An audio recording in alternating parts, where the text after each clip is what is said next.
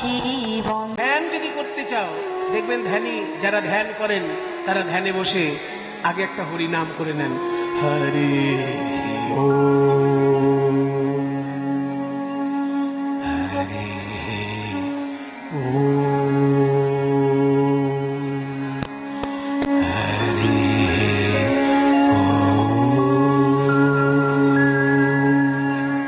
হরি ওম।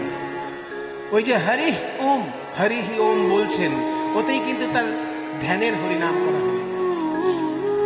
এই জন্য মুনি ঋষি বলছেন 3 বার হরের নাম, হরের নাম, হরের নাম কেবলম কলৌ নাস্তিব নাস্তিব নাস্তিব, সেটাও 3 বার বললেন। তার অর্থ হচ্ছে এই যে তুমি যদি শুধু যজ্ঞ করো তাহলে তুমি কলিযুগে কিন্তু ঠিক কাজ করছো না। তুমি যদি শুধু ধ্যান করো তাহলে কলিযুগে অন্তত ঠিক কাজ করছো না। তুমি যদি শুধু পুজো অর্চনা করো কলিযুগে অন্তত ঠিক করছো না। কলিযুগে যেটাই করতে চাইবে হরিনাম যুক্ত যেন থাকে। নিদেন পক্ষে হরি ওম তৎসৎ কিংবা ওম বিষ্ণু ওম বিষ্ণু, মিনিমাম হরিনাম। এইটুকু করেও কিন্তু তারা কলিযুগে হয় পুজো করছেন, নয় যজ্ঞ করছেন, নয় ধ্যান করছেন। আমরা ভারতবাসী, আমাদের এক এক যুগে এক এক রকমের শাস্ত্র নেমে এসেছে। আর কলিযুগের ভাগ্য খুবই ভালো, কারণ আগের 3 যুগের সমস্ত শাস্ত্রই তারা হাতের কাছে পেয়ে গেছে। মনে করুন কলিযুগে যে শাস্ত্রটা লেখা হয়েছে সেটা তার সত্যযুগের মানুষ হাতে পায়নি। যারা সত্যযুগের লোক তারা ঋগ্বেদ হাতে পেয়েছেন, সামবেদ হাতে পেয়েছেন, যজুর্বেদ হাতে পেয়েছেন, অথর্ববেদ হাতে পেয়েছেন, কিন্তু রবীন্দ্রনাথের গীতাঞ্জলি হাতে পেয়েছেন, চণ্ডীদাসের শ্রীকৃষ্ণ কীর্তন হাতে পেয়েছেন, জয়দেবের গীত গোবিন্দ হাতে পেয়েছেন। তাহলে তাদের দুর্ভাগ্য, আমাদের তুলনায় তাদের দুর্ভাগ্য, এটা বলতেই পারি। আমরা অহংকারী কলিজীব, যে কথা বলছি কেউ কাটতেও পারবে না। সত্যযুগের ঋগ্বেদ, সামবেদ, যজুর্বেদ, 4টে বেদ থেকে আমি 4টে মন্ত্র বলছি, তাহলে সম্পূর্ণ বেদ চর্চা আপনাদের হয়ে যাবে। ঋগ্বেদের মন্ত্র ওম অগ্নিবীড়ে পুরোহিতম যজ্ঞস্য দেবম ঋত্বিজম হোতারম রত্নধাতমম। ঋগ্বেদের প্রথম মন্ত্র এটি। সারা পৃথিবীর কাছে সনাতন ধর্মের এটা গর্বের ব্যাপার যে পৃথিবীর অনেক প্রাচীন ধর্ম ধ্বংস হয়ে গেছে, কিন্তু সেই প্রাচীন ধর্মের সমতুল্য আমাদের সনাতন ধর্ম ধ্বংস হয়ে যায়নি। এটা আমাদের অহংকার। মনে করুন আপনি যদি মিশরে বেড়াতে যান, বড় বড় পিরামিড দেখবেন, পিরামিডের ভিতরে যদি দেখেন রাজা রানীদের সমাধি দেখবেন, কিন্তু সেই পিরামিডের মধ্যে দেখবেন অনেক ধর্মীয় সংস্কার ছবিতে পাথরের মধ্যে খোদাই করা আছে, কিন্তু সেই ধর্ম আজকাল কেউ মানে কি, কেউ জানে কি? মানা তো দূরের কথা, জানেই না ধর্মটা কেমন ছিল। তাহলে পিরামিডের মমি, যেসব মমিগুলো পিরামিডের মধ্যে শুয়ে আছে, তারা যে ধর্ম পালন করত সেই ধর্ম পালন করার একটা মানুষও পৃথিবীতে নেই। কারণ সেই লোকগুলোও মারা গেছে, তাদের ধর্ম পৃথিবী থেকে মুছে গেছে। সেই জায়গায় এখন সবাই মুসলমান। ওই পিরামিডের আশেপাশে যারা থাকে বর্তমানে, ওইখানকার স্থানীয় মানুষ সব ইসলাম ধর্মে দীক্ষিত। পিরামিডের যুগের লোকেরা যে ধর্ম পালন করত তার বিন্দুমাত্র সেখানে বেঁচে নেই। আর সেই যুগেরই ধর্ম আমাদের ধর্ম, কিন্তু এখনো আমাদের বিবাহ ওই যুগের মন্ত্রেই বিবাহ হচ্ছে। যদিরাং হৃদয়ং মম তদস্তুর হৃদয়ং তব, এই মন্ত্র 5000 বছর আগে আমার পূর্বপুরুষ বলেছিল। আজও আমি বলছি, এ আমার কত বড় অহংকারের বিষয়। যে যুগে পিরামিড তৈরি হয়েছে সেই যুগের ধর্ম আমি পালন করছি, কিন্তু পিরামিডের দেশে ধর্মটা মুছে গেছে, শেষ হয়ে গেছে। আমার দেশের ধর্ম এখনো স্বমহিমায় সুপ্রতিষ্ঠিত। এর থেকে বড় জিনিস আর কি চাই আমাদের ভারতবাসী? আর আমাদের ধর্ম তো গাঁজাখুরি ধর্ম নয়, পদে পদে তত্ত্ব শিক্ষা দিচ্ছে। আপনি তো যদি বেদের একটি মন্ত্র ঠিক করে পড়েন, দেখবেন সেখানে এমন শিক্ষা পাবেন, আপনি যদি অমানুষ হন মানুষ হয়ে যাবেন। বেদ বলছে সর্বে ভবন্তু সুখিনঃ সর্বে সন্তু নিরাময়াঃ সর্বে ভদ্রাণি পশ্যন্তু মা কশ্চিৎ দুঃখ ভাগ ভবেৎ। আপনি ইসলাম ধর্মের কাছে যান, দেখুন সেখানে বলবে যে ইসলাম ধর্মের লোকেরা যেন সুখে থাকে, আর কে কেমন থাকবে আমার দেখার দরকার নেই। আপনি খ্রিস্টান ধর্মের লোকের কাছে যান, সেখানে পাদ্রীরা প্রার্থনা করবে খ্রিস্টানগুলো যেন ভালো থাকে, আর কে কেমন আছে আমার তো দরকার নেই। কিন্তু সনাতন ধর্মের বেদ কি বলছে? সর্বে ভবন্তু সুখিনঃ, সবাই যেন সুখে থাকে। কারণ তখন বেদ যখন সৃষ্টি হয়েছে তখন ইসলাম বলে কিছু ছিল না, খ্রিস্টান বলে কিছু ছিল না, এটা সবাই পরে এসেছে। বেদ সব থেকে প্রাচীন শাস্ত্র পৃথিবীর মধ্যে। আর সে যে মঙ্গল কামনা করছে ঈশ্বরের কাছে, বলছে সর্বে ভবন্তু সুখিনঃ, সবাই যেন সুখে থাকে। সর্বে সন্তু নিরাময়াঃ, সবাই যেন নিরাময়, রোগ ব্যাধি থেকে মুক্ত থাকে। সর্বে ভদ্রাণি পশ্যন্তু, সবাই যেন ভালো জিনিস চোখে দেখতে পায়। এইটা একটা বড় ব্যাপার।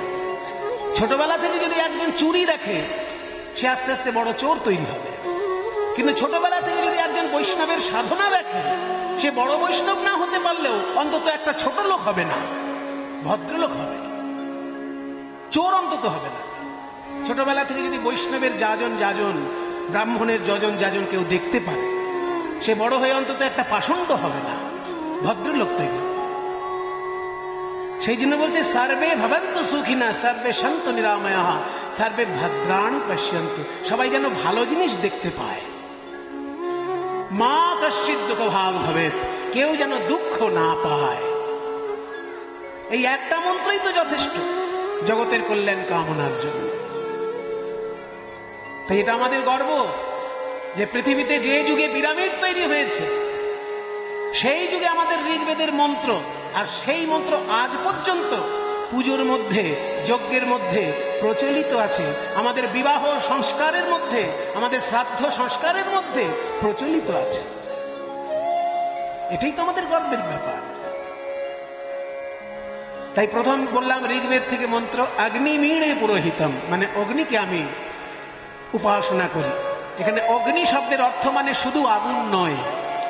অগ্নি মানে আগুন, ঠিক কথা, কিন্তু অগ্নি মানে শুধু আগুন নয়, অগ্নির তাত্ত্বিক অর্থ আছে। অগ্রে নিয়তে ইতি অগ্নি, অর্থাৎ যে তোমাকে এগিয়ে নিয়ে যায় সেই হচ্ছে অগ্নি, যে আগে অবস্থান করে সেই হচ্ছে অগ্নি। এগুলো তাত্ত্বিক অর্থ। এমনি অগ্নি মানে তো আগুন, কিন্তু অগ্নি শব্দটার তাত্ত্বিক অর্থ হচ্ছে অগ্রে নিয়তে ইতি অগ্নি, যে তোমাকে জীবনে এগিয়ে নিয়ে যেতে সুবিধা করবে। ভগবান সবসময় তোমার মঙ্গল চাইছেন, তোমাকে এগিয়ে নিয়ে যাচ্ছেন। তুমি ভালো কাজ করলেই জানবে তার ইচ্ছায় করছো, আর মন্দ কাজ করলেই জানবে তোমার ইচ্ছায় করছো। যখনই তুমি ভালো কাজ করছো জানবে ঈশ্বরের ইচ্ছা হচ্ছে, কারণ ঈশ্বর হচ্ছেন মঙ্গলময়, তোমাকে দিয়ে করিয়ে নিচ্ছেন মঙ্গল কর্ম। তাই অগ্রে নিয়তে ইতি অগ্নি, অগ্নিমীড়ে পুরোহিতম, তিনি পুরোহিত মানে জগতের তিনি কল্যাণ চান। দেবস্য যজ্ঞস্য দেবম, এই যজ্ঞের তিনি দেবতা, আবার ঋত্বিজম, তিনিই হলেন এই যজ্ঞের ঋত্বিক। হোতারম, তিনিই আবার এই যজ্ঞের হোতা। রত্নধাতমম, রত্ন ধারণ করে আছেন আমাদেরকে দেবেন বলে। তাহলে ঈশ্বরের উপাসনার প্রথম কথা, ঋগ্বেদের প্রথম মন্ত্র, সেই হাজার হাজার বছর প্রাচীন যুগের আমরা শুনলাম। ওম অগ্নিমীড়ে পুরোহিতম যজ্ঞস্য দেবম ঋত্বিজম হোতারম রত্নধাতমম। এটা ঋগ্বেদের মন্ত্র।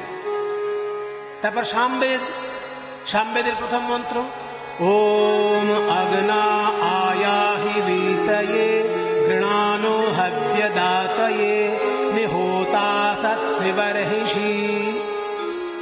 হে অগ্নি, তুমি এসো, এই সামনে আসন পেতেছি, কুশের আসন পেতে দিয়েছি তোমায়, তুমি বসো, আমাদের মনোবাঞ্ছা পূর্ণ করো। আর যদি মনে করো আমাদের মনোবাঞ্ছার মধ্যে কোনো বাজে জিনিস আছে, তাহলে সেটা না দিয়ে তুমি যেটা ভালো বোঝো সেইটা আমাদেরকে দাও। আমার পক্ষে যেটা ভালো তুমি মনে করবে তাই আমাকে দেবে। দীক্ষা, যজুর্বেদের প্রথম মন্ত্র ओम ईशत्वज्जत्वा वायवस्थः देववः सविता प्रापयतु श्रेष्ठतमाय कर्मणे। সেই বায়ু দেবতাকে আমি স্তব করি শক্তি পাওয়ার জন্য। বায়ুর কাছ থেকে শক্তি পাওয়া যায়। আমরা যে জীবনে বেঁচে থাকি কিভাবে বেঁচে থাকি?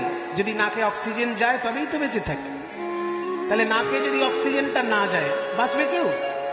তাই জীবন শক্তি পাওয়া যায় বায়ুর কাছ থেকে। তাই বায়ুর মধ্যে দিয়েও সেই পরমেশ্বরই আমাদেরকে কৃপা করছেন। তাই বায়ুর স্তব এই যজুর্বেদের প্রথম মন্ত্র। ओम ईशत्वज्जत्वा वायवस्था देववः सविता प्रापयतु श्रेष्ठतमाय कर्मणे। তারপর বাকি রইল অথর্ববেদ। সেখানে আবার জলকে স্তব করা হচ্ছে প্রথম মন্ত্রে। ओम शन्नो देवीरभिष्टये आपो भवन्तु वीतये संयोरभिश्रवन्तु नः। সাং মানে শান্তি, আমাদের শান্তি বিধান করুন। জলের মধ্যে দিয়ে ঈশ্বর আমাদেরকে শান্তি বিধান করুন। সাং নো দেবীর অভিষ্টায়, আমাদের সমস্ত অভিষ্ট দেবী পালন করুন। সাং নো দেবীর অভিষ্টায় আপো ভবন্তু পীতয়ে। এই যে পবিত্র জল, এই জল যখন আমরা পান করব, সেই পবিত্র জলের মধ্যে দিয়ে আমাদের দেহ মন প্রাণ সবকিছু যেন পবিত্র হয়ে যায়। এইরকম সুন্দর সুন্দর কল্যাণকর কামনা বাসনা মুনিগণ তাদের ঋষিগণ তাদের মন্ত্রের মধ্যে প্রকাশ করেছেন। আমাদের ভাগ্য ভালো না তো পৃথিবীতে আর কার ভাগ্য ভালো? আরে মশাই, এসি ঘর, পৃথিবীতে যে দেশে যাবেন সেই দেশে পাবেন, কিন্তু ঋগ্বেদের মন্ত্র সব দেশে পাবেন? ওটা ভারতবর্ষেই পাবেন। এটিএম মেশিন, যে দেশে যাবেন সেই দেশে এটিএম এ কার্ড ঢোকালেই পয়সা বেরিয়ে আসবে। কিন্তু মুনি ঋষি কোথায়? মুনি ঋষি আমাদের ভারতবর্ষে। এটাই তো আমাদের গর্ব। এখনো মুনি ঋষি জন্মগ্রহণ করছেন, হয়তো আমরা চিনতে পাচ্ছি না, আমাদের কপাল খারাপ, হয়তো দেখতে পাচ্ছি না। 50 বছর পরে জানা যাবে উনি একজন মুনি ঋষি ছিলেন। চোখের সামনে হয়তো ঘুরঘুর করেছে, আমরা চিনতে পারি। তাই পরম সৌভাগ্য আমাদের ভারতবর্ষে আমরা জন্মগ্রহণ করেছি। আজকে আমরা এমন একজন মহাজনের কথা শুনব, যিনি মহাপ্রভুর উপদেশ অক্ষরে অক্ষরে পালন করে দেখিয়ে দিয়েছেন কিভাবে উপদেশ পালন করতে হয়। মহাপ্রভু বলেছেন, খাইতে শুইতে নাম যথা তথা লয়, কাল দেশ নিয়ম নাই সর্বসিদ্ধি হয়। মহাপ্রভুর কথা এটা।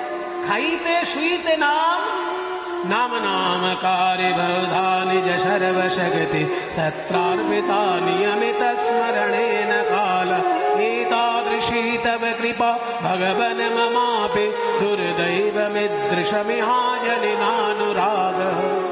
एतादृशी तव कृपा भगवन् ममापि दुर्दैवमिदृशमिहाजनिनानुरागः। এই শ্লোকটা মহাপ্রভুর লেখা। অবশ্য মহাপ্রভু লিখে যাননি, বলে গেছেন, শুনে শুনে লিখেছিলেন রূপ গোস্বামী তার পদ্মাবলী গ্রন্থে।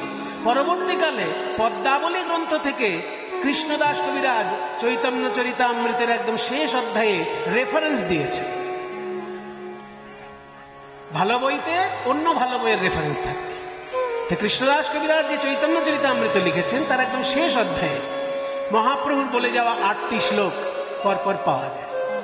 সেইখানে এটি বলা হয়েছে, নাম নামকারী বহুধা। অর্থাৎ ভগবান কৃপা করে তার নামকে অনেক ভাগে ভাগ করলেন। ভগবান একজন, কিন্তু নাম 78 শত। কৃষ্ণের 78 শত নাম পড়েছেন না আপনারা? যশোদা রাখিল নাম জাদু আছে ধর, আরো কত কি আছে, আমার সবগুলো মনে নেই, আমার মা পড়তেন। তাহলে 108টা শ্রীকৃষ্ণের নাম, কিন্তু শ্রীকৃষ্ণ তো একজন। কেন একজন ভগবানের 1000 খানেক নাম? আবার 1000 নামও আছে। মহাভারতের পাতা খুলে দেখুন, সেখানে শ্রী বিষ্ণুর সহস্র নাম রয়েছে। গেয়ং গীতা নাম সহস্রম ধ্যেয়ং শ্রীপতি রূপ ময়স্রম। তাহলে ভগবানের যে 1000 নাম মহাভারতের পাতায় আছে, একজন ভগবান তার 1000 নাম কেন? এর কারণ হচ্ছে 1000 মানুষের বুদ্ধিবৃত্তি 1000 রকমের। সেই জন্য প্রত্যেকটি মানুষ নিজ বুদ্ধিবৃত্তি অনুসারে যাতে নামটা নিতে পারে, নিজের ভক্তি অনুসারে নামটা যাতে নিতে পারে, সেই জন্য একই ভগবানের ভিন্ন ভিন্ন নাম। উদাহরণ দিচ্ছি, মনে করুন যে শ্রীকৃষ্ণকে সন্তানের মতো ভালোবাসে, এমন ভক্ত তো আছে যে কৃষ্ণকে নিজের ছেলের মতো করে ভালোবাসে। পাবেন, বুঝে দেখবেন, এরকম ভক্ত পেয়ে যাবেন। তাহলে যে শ্রীকৃষ্ণকে সন্তানের মতন ভালোবাসে, সে কোন নামটা বেশি বলবে? যশোদা দুলা, নন্দনন্দন, যশোদানন্দন, এই নামগুলো সে বেশি বেশি করে বলবে। যে কৃষ্ণকে ছেলের মতো করে ভালোবাসে, সে কি বলবে কৃষ্ণকে? রাধা রমন। রাধার সঙ্গে রমন শব্দটা যদি থাকে, ওই মধুর রসের শব্দটা তো বাৎসল্য রসের জন্য তৈরি হয়নি, কারণ রাধা শব্দের সঙ্গে রমন শব্দটা রয়েছে, সেটা মধুর রসের অনুরাগী ভক্ত যারা, তারা বলবে। কিন্তু যে বাৎসল্য রসের অনুরাগী, সে তো নন্দনন্দন বলুক, যশোদানন্দন বলুক।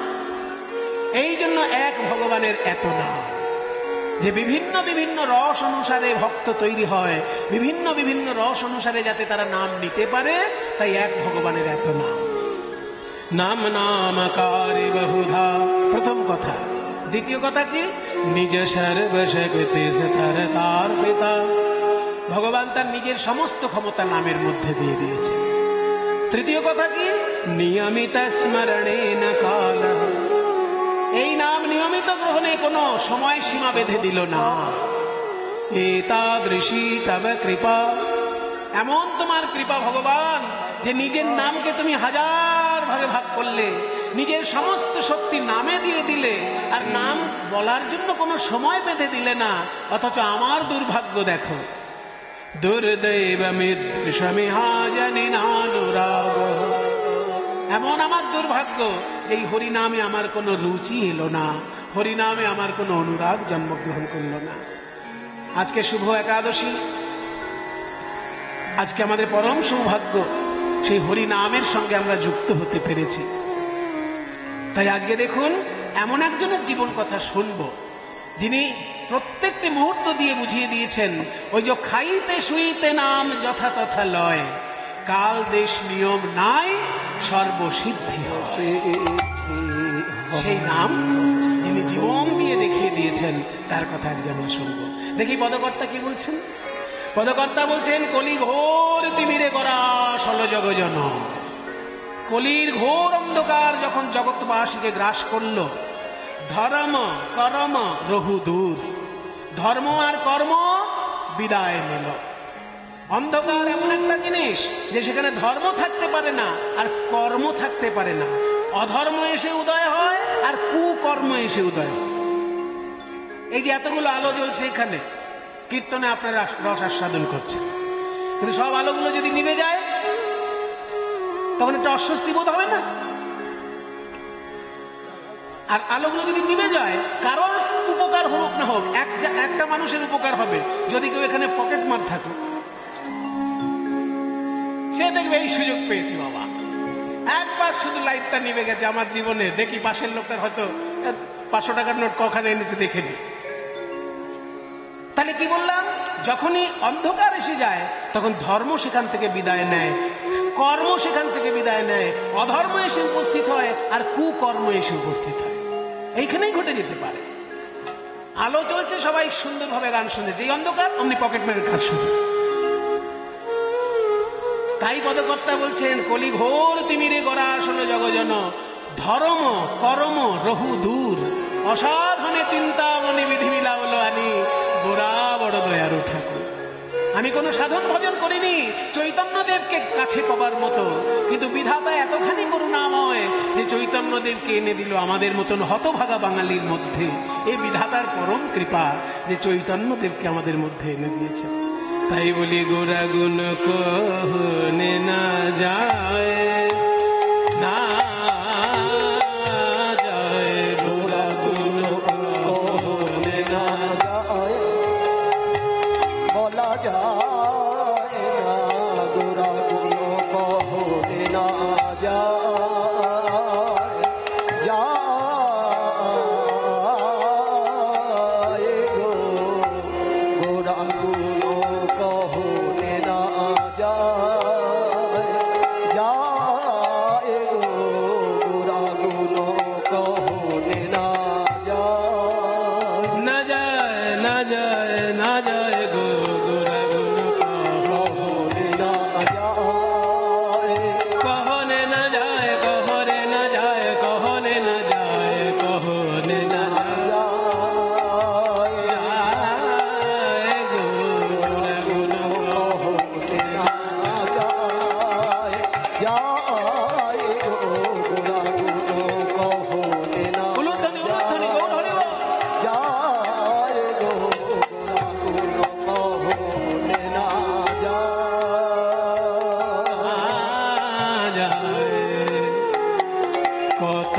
কত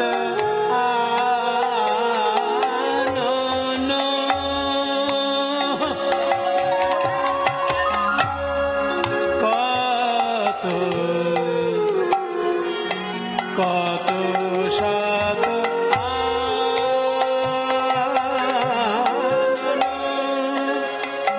কত চতুরানন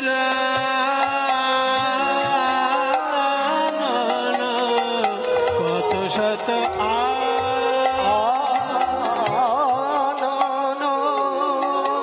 কত চতুরানন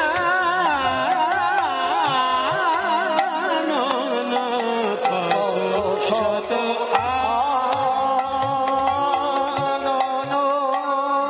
কত শত আনন কত চতুরানন কত শত কত শত কত শত কত শত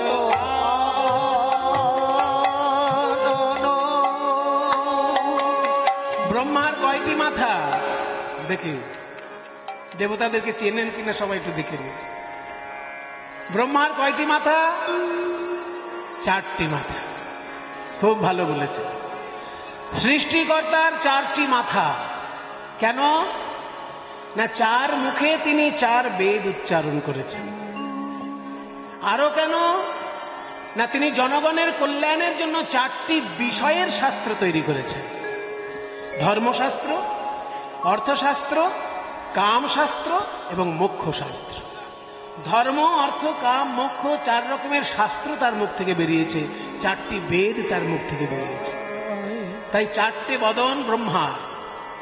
কিন্তু এই ব্রহ্মার যখন মৃত্যু হয়, এনারও কিন্তু মৃত্যু হয়। আমাদের কাছে ব্রহ্মা অমর, কিন্তু ব্রহ্মার কাছে ব্রহ্মা অমর নয়। কারণ আমাদের জীবনে তো একটাই যুগ যায়, আর ব্রহ্মার জীবনের মধ্যে দিয়ে অনেক যুগ পার হয়। কিন্তু এমন একটা সময় আসবে যে ব্রহ্মারও মৃত্যু ঘটবে। ব্রহ্মার একটা দিনের হিসেব বলে দিই, তাহলে আপনাদের মাথায় ঢুকে ঠিক ঠিক করে বসে যাবে সব। আমাদের যে যুগ চলছে, এই যুগটার নাম কি? কলিযুগ। এর আগের যুগটার নাম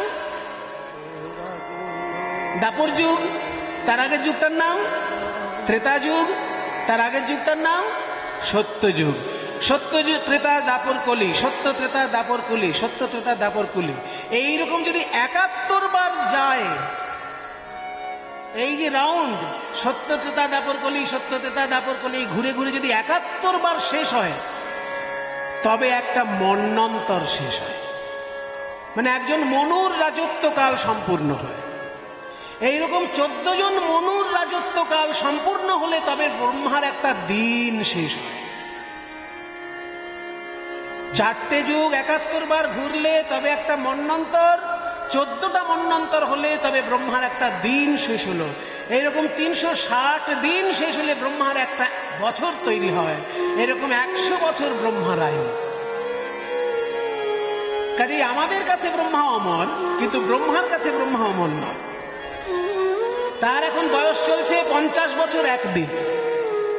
ব্রহ্মার 50 বছর পার হয়ে গেছে, আর 51 বছরের প্রথম দিনটা চলছে। প্রথম দিনটার মধ্যে 14টা মন্বন্তর হবে, তার মধ্যে 7 নম্বর মন্বন্তর চলছে। এখন যে মন্বন্তর চলছে সেটা 7 নম্বর, তার নাম বৈবস্বত মন্বন্তর। এই 7 নম্বর বৈবস্বত মন্বন্তরের মধ্যে 71 বার 4 যুগ হবে, তার মধ্যে 28 নম্বর কলিযুগে আমরা বাস করছি। এর আগে 27 বার সত্য, ত্রেতা, দাপর, কলি, সত্য, ত্রেতা, দাপর, কলি, সত্য, ত্রেতা, দাপর, কলি হয়ে গেছে।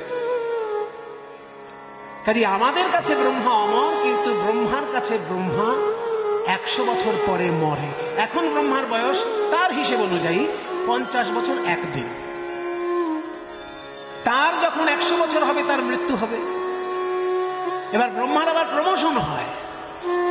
কোন অফিসার যদি ঠিক ঠিক কাজ করতে পারে, তাহলে একটা সময় তার প্রমোশন হয়। তো ব্রহ্মার তার 100 বছরের মধ্যে যদি ঠিক ঠিক কাজ পরিচালনা করতে পারে, পরে আবার সে ব্রহ্মা হবে, তখন 4টে মাথার জায়গায় একটা মাথা জুড়ে যাবে। এইরকম চতুর্বদন ব্রহ্মা আছে, এইরকম শতবদনের ব্রহ্মা আছে, এইরকম সহস্র বদনেরও ব্রহ্মা আছে। তাই পদকর্তা বলছে যে চতুর্মুখ ব্রহ্মা বা শতমুখের ব্রহ্মা কেউই গৌরাঙ্গের কথা বলে শেষ করতে পারছে না। কত শত আনন আনন, কত Chaturanan,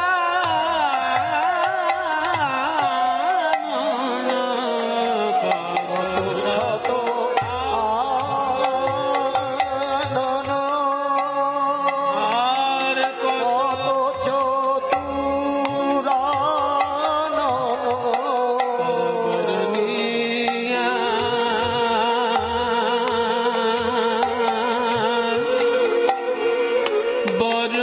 বরণিয়া বরণিয়া বরণিয়া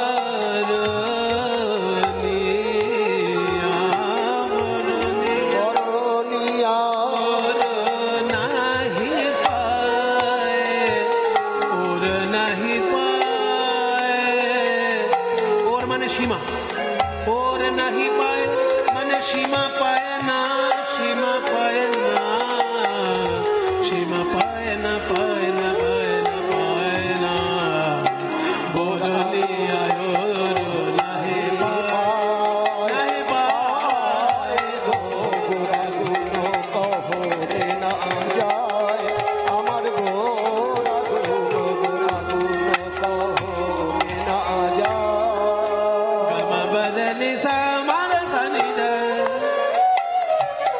gama badani sa mala sani da, dani ni dani ni dani badani badani badani ma ba ma da ma ba ma da bada ma ba ma ga, gama badani sa re sani da ba ma, gama badani sa ga sani da ba ma ga, ma badani sa ma ga sani da ba ma ga, sani da ni da